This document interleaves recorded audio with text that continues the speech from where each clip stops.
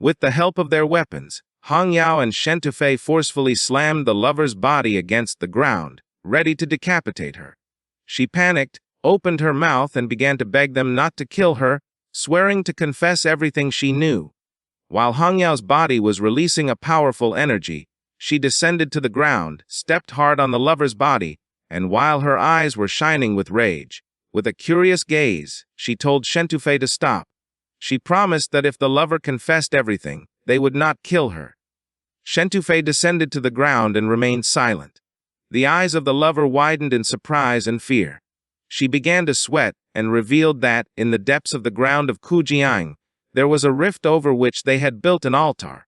Shen Tufei drove his axe into the ground next to her head. Seeing this, her eyes filled with fear, knowing that this was not good, with a nervous gaze. She confessed that as long as the lives of living beings from the city of Kujiang were sacrificed, their blood and soul would be absorbed by the corpse of the ancient demonic god that lay beneath the city. And if that happened, the ancient god could revive and descend upon Dazia. Shen Tufei and Hong Yao began to observe her in silence, not knowing if she was telling the truth. Zhang stood up and with a suspicious expression asked if she had confessed everything she knew. The lover swore by the ancient god that she had confessed everything. Zhang noticed that she was lying. Just then, Zhao Ji manifested, opened his mouth and prepared to devour her. The lover raised her head and her attention was fixed on Zhao Ji, causing her to panic, not knowing where this monster had come from. Zhao Ji lunged at her and devoured her in one bite, admitting that she had a slight taste of the ancient god. For him she was more or less edible. The eyes of the Spider Queen, who was pretending to be dead, began to shine with hope. She turned around and thought about taking advantage of this opportunity. With her last strength, she began crawling on the ground. Zhang turned around and upon noticing that she was trying to flee, remembered that he had almost forgotten about her. With a calm expression, he gave Little Nine the order to take care of her. Little Nine manifested, and while mist was coming off from her body, her attention focused on the Spider Queen. She sat on top of the Spider Queen, placed one hand on her head, and with the other began tearing off pieces of flesh. Upon tasting the meat of such a powerful creature, Little Nine closed her eyes and couldn't help but smile with pleasure. The Spider Queen's eyes filled with fear and surprise, knowing this was her end. A system window appeared, granting Zhang 2 million experience points. Just then, Tianyuan's alert reappeared in the sky in the form of a symbol. Hong Yao's attention fixed on Little Nine and her eyes widened in fear and confusion. She couldn't believe that Zhang had control over such terrifying creatures. Shen Tufei turned around and upon seeing Tianyuan's alert quickly realized that Dash was about to fall into total chaos. Zhang's hair turned white again and spikes began to emerge from his body, causing him to fall to his knees on the ground. He placed one hand on it and the other on his arm and his eyes began to glow. Hong Yao approached Zhang and with a worried expression asked if he was okay and what was happening to his body. Evil energy began to emerge from our boy's body, making him clench his teeth and start screaming in agony. The energy became more intense, causing Zhang terrible pain. Ji Gang, Aunt Tang and the others started running towards our boy, not knowing what was happening. The spikes that were emerging from Zhang's body disappeared. Ji Gang grabbed Zhang in his arms and his eyes widened with concern, realizing that these were the side effects of using the blood of the ancient god. He knew he had to take him immediately to the hospital at the military district of Jiangnan's main base since there were the best priests and the best medicinal herbs. Xiaoqi and Aunt Tang began to observe our boy, not knowing if he was going to recover. Hong Yao's eyes widened with concern.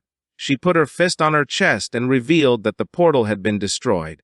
She offered to help take Zhang to the hospital. Shen Tufei, who was standing next to her, also offered to help. With a serious gaze, Ji Gang put his hand in front of them, asking them not to forget that they still had to take care of the rift beneath the city ground. Xiaoqi sat next to Zhang, extended her hands and using her power, began to heal our boy. With an angry expression, Ji Gang began to shout, giving the order to Xiaoqi to heal Zhang. He called Zhang's insects, revealing that if they wanted to save their master, then they had to come as soon as possible and help him take Zhang to the hospital. In an instant, thousands of small insects began to surround them. Xiaoqi continued healing. Ji Gang turned towards the others, giving them the order to clean up the battlefield. Upon hearing this, they nodded their heads. Mu Henkyu fell on her knees on the ground, and her eyes filled with tears and sadness upon seeing that Zhang was injured. With a calm expression, Lu Sandao sat behind her, placed her hands on her shoulders, and asked her not to worry about Zhang since he was strong, and nothing was going to happen to him, explaining that if he had been able to defeat a level 9 monster then nothing was going to happen to him. Zai Xuanyu, who was standing behind them, began to observe them carefully and said that there was no time to cry. They had to go quickly and kill the rest of the beast tide. Thanks to the powers of the healing barrier, the wounds of the geniuses had healed. Zhang Wushuang emerged from the barrier, clenched his fist, and with a sincere gaze admitted that although they could not compare themselves with Zhang Chen, killing a few more monsters was always good. The arm that Ying Zhang had lost during the battle against the Spider Queen had healed. He tightly clenched his fist and with an excited expression thought that Zhang Wushuang was right. Since the more they couldn't compare themselves with Zhang, the harder they should try. Huang Yao and Shen Tufei arrived at the underground altar and using their weapons, they launched powerful slashes toward the altar, destroying it into pieces. Evil energy emerged from the rubble and the eyes of the ancient god began to shine with rage. He could not believe that they had destroyed his altar. With a furious gaze, he called Hong Yao a bitch. Upon hearing this, she launched a powerful slash toward the ancient god, which cut the energy in half.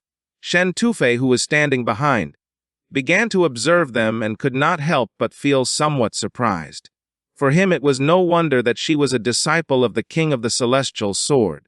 The god revealed that although his altar had been destroyed, and he could not unleash all his power, they were too weak to defeat him.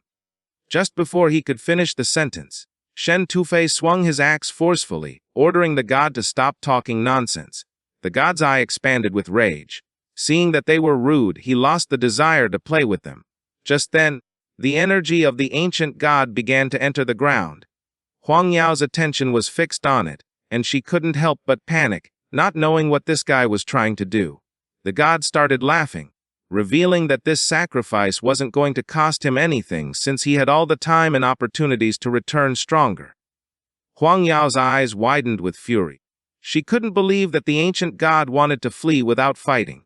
She tried to go after him. But Shen Tufei placed his hand on her shoulder and with a sincere gaze, admitted that the god was right since with their current power, they wouldn't be able to do much damage to him. He knew they had to make the great martial god awaken the great dreamer to seal this rift as soon as possible. A week later, Zhang was in the military district hospital of Jiangnan's main base. His body submerged in a special liquid and he was connected to a ventilator. Noticing the smell and equipment, it didn't take long for him to realize he was in the hospital. Remembering having fainted on the battlefield from exhaustion after consuming the blood of the ancient god, he didn't know how much time had passed or what the situation was like. Noticing that Zhang was awake, Little Nine manifested herself and with a smile gave him a hug, explaining that things had already calmed down, revealing that her little insects could also reproduce. Feeling her hug, Zhang opened his eyes and became somewhat curious. Holding Little Nine in his hand, Zhang began to stroke her head, praising her for being great, but decided to wait a little longer since their current house was too small, and after the birth of new insects, there would no longer be space. He asked her to wait until he got a bigger home so they could move forward with the plan. Little Nine returned to Zhang's sea of consciousness and couldn't help but feel happy thinking that Zhang was going to get a bigger home. Zhaojia, who was hiding behind the pillar, peeked out and couldn't help but feel somewhat confused. Now that they had the power of evolution towards complexity, this time reproduction was going to start with at least a few 100 million. Zhang hoped that the ancestral tree could soon produce an insect nest fruit that could house 10 billion.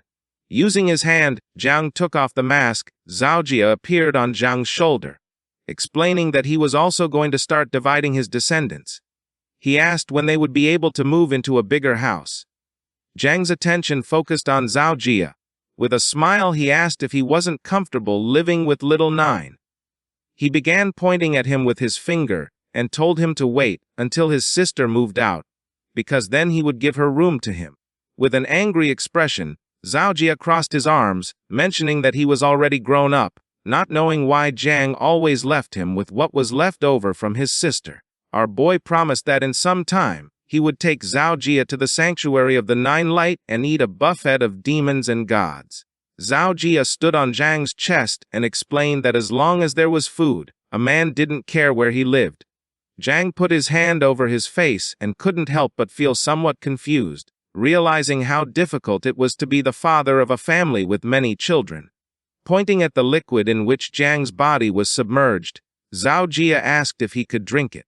Jiang's attention focused on the liquid, explaining that the liquid that came from gods and demons was top quality. But this one was at least third-rate, giving Zhao Jia permission to drink it if he wished. Zhao Jia closed his eyes and began to drink the liquid. With a curious gaze, Jiang started to smile and asked what flavor the liquid had and if it didn't have the smell of an old father's feet.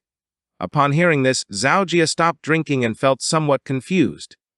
Then, he jumped up and hundreds of small beetles appeared. Seeing this, Jiang's eyes widened in surprise, leaving him in shock.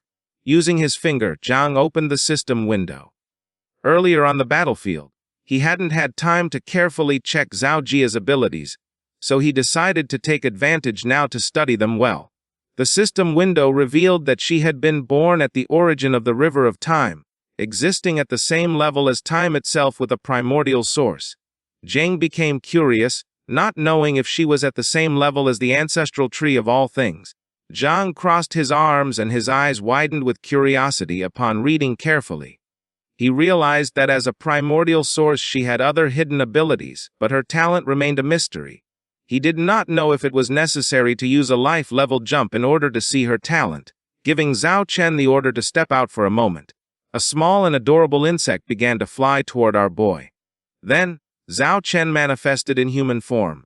Jiang's attention fixed on her and his eyes widened in surprise. Zhao Chen approached our boy, placed her hand on his chest and began to look at him with a loving gaze. Noticing this, Jiang became nervous and couldn't help but blush, mentioning that she was a little too close to him. Zhao Chen closed her eyes, placed her hands around Jiang's head and apologized. With a calm expression, Jiang remembered that she had just been born, so he didn't know if she had experienced divine evolution or the life-level jump. With a nervous look, she put her hand on her chin, looked away, and with a nervous tone explained that the growth of all things needed the passage of time. But she herself was time. Jiang's attention focused on her and his eyes widened in surprise. Our boy reached out to her and began to use his power, causing green energy to begin entering into her body. He knew that she was right, since in order to unlock her talent he had to use a life-level jump. Using divine evolution, he decided to see what materials were needed for her life-level jump. The system reported that if Jiang wanted to use the life-level jump with the insect of time cycles, he could choose one of the following sacrifice conditions. First, 10 drops of water from time. Second, 1 tributary from the river of time. Third, 3 fragments of time. And fourth, 3 divine weapons related to time. This is the end of the video. If you guys want to see the next part,